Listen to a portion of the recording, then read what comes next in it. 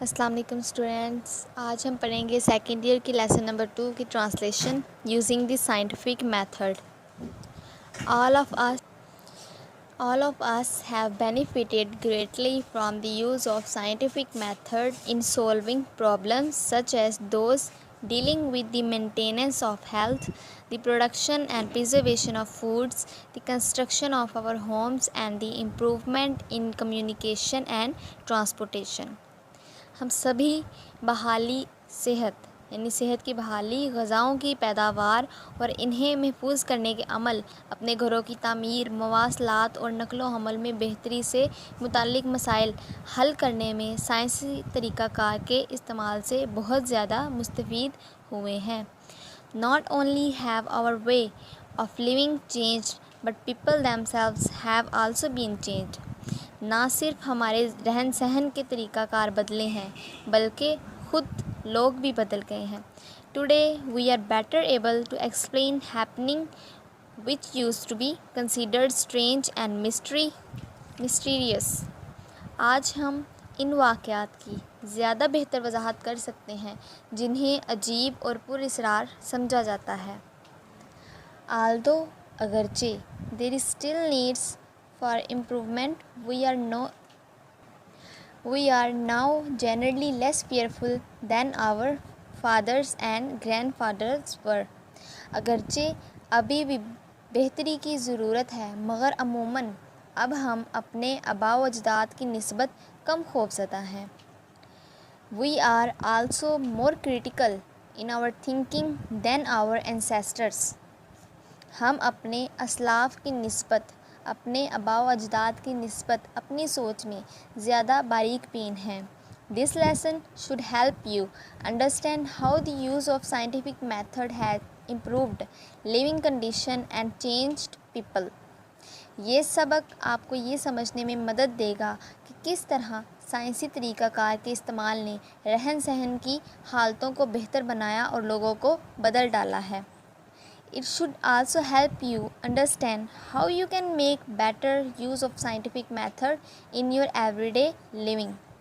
یہ سبق آپ کو یہ سمجھنے میں بھی مدد دے گا کہ کس طرح آپ اپنے روزمرہ کے رہن سہن میں سائنسی طریقہ کار کا بہتر استعمال کر سکتے ہیں۔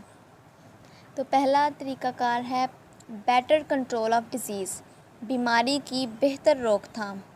If you had been born 200 years ago, you would have had about one chance in 8 of living to be 1 year old۔ اگر آپ 200 سال پہلے پیدا ہوئے ہوتے تو آپ کو 1 سال کی عمر پانے کے لیے 8 میں سے تقریباً 1 موقع مل پاتا۔ In those days, about 7 out of 8 babies died before reaching their first birthday۔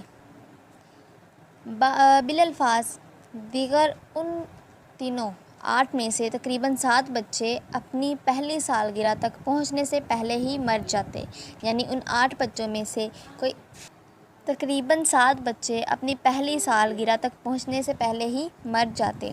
Suppose you had been an unusually strong little fellow and had lived through the first year۔ فرض کیجئے آپ غیر معمولی طور پر ایک صحت مند بچے ہوتے اور آپ وہ پہلا سال گزار لیتے۔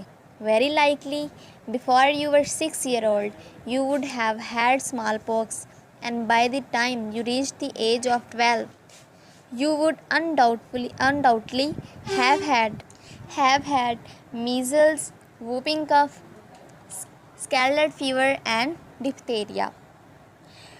اور آپ وہ پہلا سال گزار لیتے تو بہت امکان تھا کہ اس سے قبل کہ آپ 6 سال کے ہو پاتے آپ چیچک میں مبتلا ہو چکے ہوتے، اور جب آپ 12 سال کی عمر کو پہنچتے تو بلا شبہ آپ خسرہ، کالی کھانسی، لال بخار اور خناق میں مبتلا ہو چکے ہوتے۔ Even then, your battle for life was not over۔ پھر بھی زندگی کے لیے آپ کی جنگ ختم نہیں ہوئی۔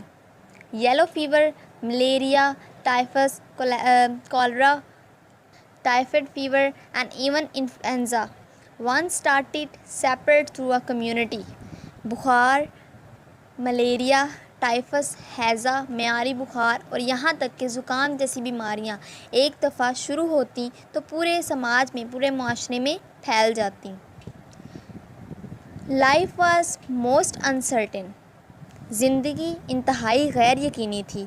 A person who lived to be more than 30 years of age was indeed fortunate.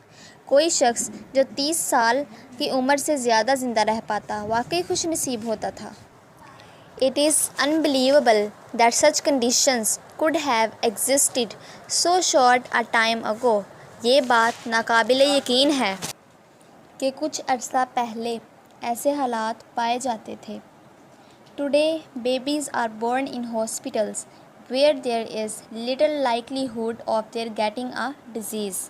آج بچے ہسپتالوں میں پیدا ہوتے ہیں جہاں ان کا بیماری میں مبتلا ہونے کا بہت کم امکان ہوتا ہے۔ Young people are treated to protect them against smallpox, diphtheria and typhoid fever. نوجوان لوگوں کو چیچک، خناق اور معیاری بخار سے بچانے کے لیے علاج کیا جاتا ہے۔ Today, a person can expect to live to be almost 70 years old.